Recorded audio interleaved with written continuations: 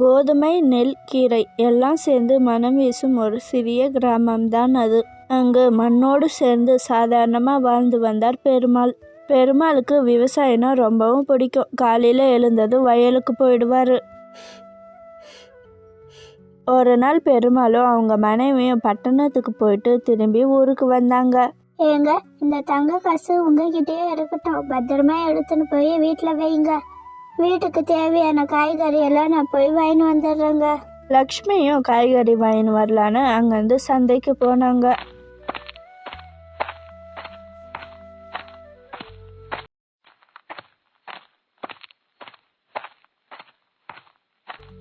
லக்ஷ்மி போனதும் அங்கே ஒரு தங்க வியாபாரி வந்தார்.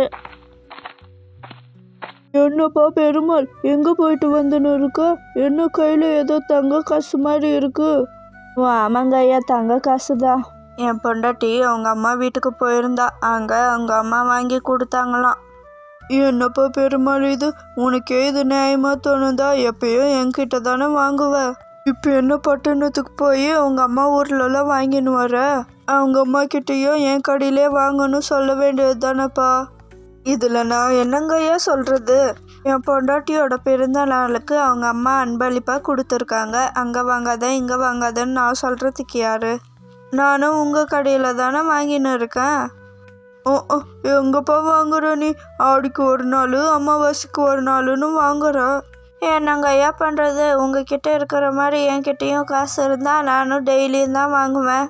சரி, எனக்கு நிறையா வேலை இருக்குது, நான் வரேன். எப்பயும் என்கிட்ட வாங்குவான், இப்போ வேற யார்கிட்டயும் வாங்கிட்டு என்னென்னலாம் பேச்சு பேசுகிறான். இவனை ஏதாவது பண்ணணும். என் கடையிலேயே வாங்க மாட்டேன்றா. ஒரு நாள் பெருமாள் வயல்ல இருந்து வீட்டுக்கு போகலான்னு வந்துன்னு இருந்தாரு. அப்போ ஒரு கிளி அங்கே அடிபட்டு கத்தின்னு இருந்தது. அந்த கிளியை வீட்டுக்கு எடுத்துன்னு போய் அதுக்கு தேவையான மருந்தெல்லாம் கொடுத்து சரி பண்ணாரு. அதுக்கப்புறம் அவர் எங்கே போனாலும் அந்த கிளி கூடவே போயின்னு இருக்கும். இந்த வருஷம் ஒழுங்காக மழையே வரல. போட்ட விதையெல்லாம் வேஸ்ட்டாக போயிடுமோ என்னமோ. என்ன பண்ணுறதோ தெரியலையே. நீங்கள் ஒன்றும் கவலைப்படாதீங்க, அடுத்த வாரம் கண்டிப்பாக மழை வரும். என்ன கிளி நீ பேசுகிற? உனக்கு பேசலாம் தெரியுமா? இவ்வளோ நாள் என் கூடவே இருந்திருக்க, இத்தனை நாள் என்கிட்ட பேசவே இல்லை. இப்போ என்ன திடீர்னு பேசுகிற? நான் இதுக்கு முன்னாடி வேற ஒரு வீட்டில் இருந்தேன். அவங்க என்னை ரொம்பவும் நல்லா பார்த்துக்கினாங்க. ஆனால் என்னன்னு தெரியல, திடீர்னு என்ன தூக்கி போட்டுட்டாங்க. அவங்க வீட்டில் திரும்ப என்னை சேர்த்துக்கவே இல்லை. போனாலையும் கதவெல்லாம் மூடிடுவாங்க. எனக்கு மனசே விட்டு போச்சு. அதுக்கப்புறம் தான் இந்த மரத்துக்கு கீழே அடிபட்டு கிடந்தேன். அப்போதான் நீங்கள் வந்து என்னை காப்பாற்றுனீங்க. எனக்கு கொஞ்சமாச்சும் நம்பிக்கை வரணும்ல, நீங்கள் நல்லா பார்த்துப்பீங்கன்னு. அதனால தான் இவ்வளோ நாள் நான் சொல்லலை. எனக்கு காயம் குணமானதும் என்னை விட்டுருவீங்கன்னு நான் நினச்சேன். ஆனால் கூடவே வச்சு என்னை நல்லா பத்திரமா பார்த்துக்கினீங்க. இதுக்கப்புறம் நான் எப்பயும் உங்கள் கூடவே இருப்பேன். என்னால் முடிஞ்ச உதவியெல்லாம் உங்களுக்கு செய்கிறேன். அந்த கிளி சொன்ன மாதிரி அடுத்த வாரம் மழையும் வந்தது. பெருமாளுக்கு ரொம்பவும் சந்தோஷமாக இருந்தது. அதுக்கப்புறம் அந்த கிளியை ரொம்பவும் பத்திரமா பார்த்துக்கினாரு. ஒரு நாள் பெருமாள் வயலுக்கு போயின்னு இருக்கும்போது அந்த தங்க வியாபாரியான பொன்னுசாமி பெருமாள் கிட்ட பேசுறதுக்கு வந்தாரு. ஏன்பா பொன்னுசாமி, உன்கிட்ட ஒரு முக்கியமான விஷயம் பேசணும்ப்பா. இப்போல்லாம் நிறையா போலி நகைங்க வந்துன்னு இருக்கோம்ப்பா. என் ரெகுலர் கஸ்டமருக்கெல்லாம் நான் செக் பண்ணலான்னு இருக்கேன்ப்பா. போலி நகையா என்னன்னு. மற்றவங்கெல்லாம் 100 ரூபாய் கொடுக்கணும் செக் பண்ணுறதுக்கு. நீ மட்டும் 10 ரூபாய் கொடுப்பா. ஏன்னா சின்ன வயசுலேருந்தே உங்கள் அம்மா அப்பா நீ எல்லாம் என் கடையில் தானே வாங்கின்னு இருக்கீங்க. 10 ரூபாய் கொடுத்து அந்த நகையும் கொடுப்பா. அன்னைக்கு உங்கள் மாமியார் வீட்டில் கொடுத்தாங்கன்னு ஒரு நகையை எடுத்துன்னு வந்தல, அந்த நகையை பட்டணத்தில் இருந்து தானே வாங்கினீங்க. அது போலியா என்னன்னு நான் செக் பண்ணி தரேன், வெறும் 10 ரூபாயிலே. ஐயோ, என்னையா சொல்கிறீங்க? போலி நகையா? சரியா செக் பண்ணி கொஞ்சம் நல்லா பார்த்து சொல்லுங்க. ஏதோ உங்ககிட்டே நகை வாங்கின்னு இருந்ததுனால 10 ரூபாயிலே செக் பண்ணி தரேன்னு சொல்கிறீங்க. சரி இருங்க, நான் இப்பயே எடுத்துன்னு வரேன். ஏன்பா பெருமாள், ஒரு நிமிஷம். என் கடைக்கு ரெகுலராக வராங்கள, அவங்க நகையெல்லாம் கூட நான் வாங்கின்னு வந்திருக்கேன். என் பேக்கெட்டில் இருக்குது. நீ அந்த ஆற்று ஓரமாக வா, அங்கே வந்து கொடு. அப்போ தான் யாரும் பார்க்க மாட்டாங்க. இல்லைன்னா போகிற வழியிலே யாரன்னா பிளான் பண்ணி எல்லாம் திருட்டிப்பாங்கப்பா.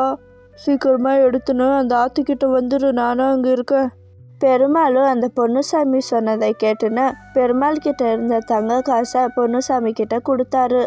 திரும்பவும் அன்னைக்கு சாயந்தரமே பொன்னுசாமி கிட்ட போய் நகையை கேட்கலான்னு பெருமாள் போனாரு. என் நகையை ரெடி பண்ணிட்டீங்களாயா? ஓடு, என்னப்பா பெருமாள் இது? உனக்கு முன்னாடி 20 பேர் கொடுத்துருக்காங்க. அவங்களதெல்லாம் செக் பண்ணிட்டு லாஸ்ட்டாக தானே வந்து பார்க்க முடியும். வந்து செக் பண்ணுறதுக்கு இன்னும் கொஞ்சம் லேட் ஆகும்ப்பா. நாளைக்கு சாயந்தரம் அப்படி வாப்பா. நீ கேட்குறேன்னு வந்து செக் பண்ணி கொடுத்துட்டா உனக்கு முன்னாடி கொடுத்தவங்கெல்லாம் சண்டைக்கு வந்துட மாட்டாங்களாப்பா? நாளைக்கு சாயந்தரமா வா. அதுவும் சரிதான்யா, நான் நாளைக்கு சாயந்தரமாவே வரேன். கொஞ்சம் நல்லா செக் பண்ணி பாருங்கய்யா, ஒரு தடவைக்கு 2 தடவை. அடுத்த நாளும் விடிஞ்சுது. பெருமாள் போய் கேட்கலான்னு சாயந்தரமா போனாரு. ஐயோ, என்னோட நகையை செக் பண்ணிட்டீங்களா? கொடுங்கய்யா கொஞ்சம். எந்த நகையை பற்றிப்பா கேட்குற? எந்த நகை என்கிட்ட கொடுத்த செக் பண்ணுறதுக்கு? என்ன செக்கிங்கு? போலி நகையா என்னன்னு செக் பண்ணி தரேன்னு நேற்று நீங்கள் தானே என்கிட்ட வாங்கின்னு போயிருந்தீங்க. அந்த நகையை தான் ஏன் கேட்குறேன். செக் பண்ணிட்டீங்களா இல்லையா? என்ன விளையாடுறீங்களா? எனக்கு என் நகை வேணும், கொடுங்க. ஏன்ப்பா இங்கே வாங்க. இவன் நேற்று நம்ம கடைக்கு வந்து எதனா நகை கொடுத்தானா? நகை கொடுங்க கொடுங்கன்னு ஏதோ கொடுத்து வச்ச மாதிரி வந்து கேட்டுன்னு இருக்காங்க. என்னன்னு நீங்களே கேளுங்க. அட ஆமாம், என்ன நகையா வந்து நீ கொடுத்த? நேற்று எங்கள் கடைக்கு நீ வரவே இல்லையே. எங்கள் கடையில் சிசிடிவி கேமரா கூட இருக்குது, செக் பண்ணி கூட பாரு. நீ நேற்று ஒன்றும் வரல. நேற்று நான் கடைக்கு வந்து நகையை கொடுக்கல, அந்த ஆற்றுக்கிட்ட கொடுத்தேன் நான். என் பொண்டாட்டிக்கு தெரிஞ்சா என்னை ஒரு வழி பண்ணிடுவா. ஒழுங்காக கொடுத்துடுங்க.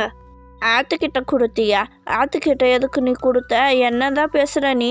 அதெல்லாம் ஒன்றும் தரல. ஒழுங்காக இங்கேருந்து போயிட்டு கழுத்தை பூச்சி வெளியே தள்ளுறதுக்கு முன்னாடி. அந்த கடையில் இருந்த எல்லாரும் பெருமாளை திட்டி வெளியே அமுச்சிட்டாங்க. பெருமாளால் நம்பவே முடியல. ரொம்பவும் கவலைப்பட்டு உக்காந்துன்னு இருந்தார். அடுத்த நாள் நடந்த எல்லாத்தையும் அவங்க மனைவி கிட்ட சொன்னார். ஏங்க இப்படி அங்கே கொடுப்பீங்க? அன்னைக்கு அந்த பஸ் ஸ்டாண்டில் கேட்டப்பவே உங்களுக்கு தெரிய வேணாவா? அவங்க இதெல்லாம் வேணும்னே தான் பண்ணியிருக்காங்க, பிளான் பண்ணி. என்கிட்ட கேட்காம நீங்கள் எப்படி தரலாம்? நாளைக்கே பஞ்சாயத்தை கூட்டி இதுக்கு ஒரு முடிவு பண்ணணும். நம்ம கிட்ட எதுவும் ஆதாரம் கூட இல்லையே. இல்லைன்னா போலீஸ் ஸ்டேஷன் வரை போய் இதை சும்மாவே விடக்கூடாது. அதுக்கப்புறம் இந்த ஊர்ல இருக்கிற எல்லாரும் நம்மளை ஏமாத்த ஆரம்பிச்சிடுவாங்க. நீங்களும் ஏமாந்து போய் இப்போ வந்து நின்று இருக்கீங்களே, இந்த மாதிரி வந்து நிற்பீங்க. இதுக்கு ஒரு முடிவு கட்டியே ஆகணும். அடுத்த நாள் பஞ்சாயத்து கூட்டினாங்க. ஒருத்தரும் ஒரு சைடு என்னென்ன நடந்ததுன்னு சொன்னாங்க. சரிப்பா, இப்போ நான் யார் பேச்சுக்கும் வரல. இந்த கிளி பெருமாள் கூடயே தானே இருக்குது. அன்னைக்கு நகை கொடுத்தப்பையும் இந்த பெருமாள் கூட தானே இருந்திருக்கோம். அதுக்கிட்டேயே கேட்போம். ஐயா இல்லைங்க ஐயா, அன்னைக்கு நகை கொடுக்கும் போது கிளி என் கூட வரவே இல்லை. எப்பயும் வரும், அன்னைக்குன்னு பார்த்து வரவே இல்லைங்க ஐயா. என்னப்பா இது? உன்கிட்ட ஒரு ஆதாரமும் இல்லை. கொடுத்தேன்னா நாங்கள் எப்படி தான் நம்புறது? ஊர் தலைவரே, ஒரு நிமிஷம் இருங்க. அன்னைக்கு நான் கூட வரலனாலும் என்னெல்லாம் நடந்ததுன்னு எனக்கு தெரியும். இவ்வளோ நாள் இவங்க எனக்கு சாப்பாடு போட்டு வளர்த்தாங்கன்னா இவங்க சைடும் நான் பேசல, எதிரால் சைடும் நான் பேசல. நியாயமா பேசுறேன்னு கேளுங்க. இப்பவே ஒரு நிமிஷம் எல்லாரும் இந்த தங்க வியாபாரியோட வீட்டுக்கு வாங்க. ஊர் தலைவரை, அவங்க வீட்டுக்கு போயிட்டு அவங்க கிச்சன்ல ஒரு அரிசி மூட்டை இருக்கும், அதுக்குள்ள கை விட்டு பாருங்க, அந்த தங்க காசு இருக்கும். அப்படி இல்லைனாலும் அவங்க வீட்டில் கண்டிப்பாக சிசிடிவி கேமரா இருக்குது, அதை கூட செக் பண்ணி பாருங்க. இப்போவே போய் அந்த அரிசி மூட்டையை செக் பண்ணிட்டு எடுத்துன்னு வாங்க பார்க்கலாம். அது என்ன? அது என் வீட்டுக்குள்ளெல்லாம் என் பர்மிஷன் இல்லாமல் போகிறது? வேணும்னா என் கடையை செக் பண்ணி பாருங்க. என் வீடை எப்படி நீங்கள் செக் பண்ணலாம்? அடா இறாப்பா, அந்த கிளி தான் சொல்லுதுல்ல. உங்ககிட்ட அவன் கொடுக்கலல்ல, அப்புறம் ஏன் பயப்படுற? போய் செக் பண்ணி தான் பார்க்குறோமே. அந்த கிளி தான் முன்னாடியே சொல்லிடுச்சுல, யார் சைடும் நான் இல்லை, நியாயமாக பதில் சொல்கிறேன்னு. அவங்களும் செக் பண்ணி பார்த்தாங்க. அந்த தங்க காசு அந்த அரிசி மூட்டையில் தான் இருந்தது.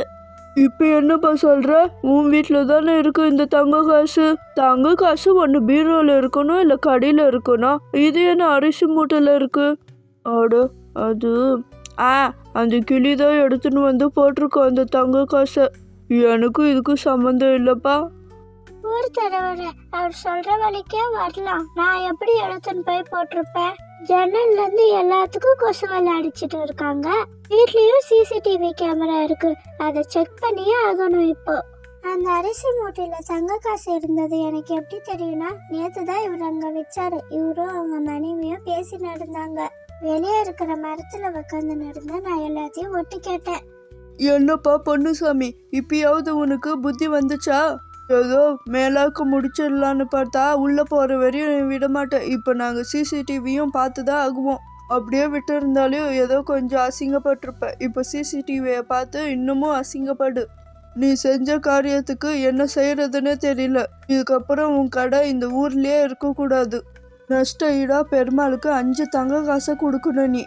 கிளி, உனக்கு நான் எப்படி நன்றி சொல்லுவேனே தெரியல. நீ மட்டும் இல்லைன்னா என் நிலைமை என்ன ஆயிருக்கும். ரொம்பவும் நன்றி கிளி. நானு யாருக்கும் துரோகம் பண்ண மாட்டேன். நீங்களே தப்பு பண்ணியிருந்தா கூட அங்க நான் சொல்லியிருப்பேன். எது உண்மையோ அதுதான் வெளியே வரணும். சரி வாங்க நம்ம வேலையை பார்ப்போம். அதை பத்தி என்ன நினைச்சிட்டு இருந்தா எப்படி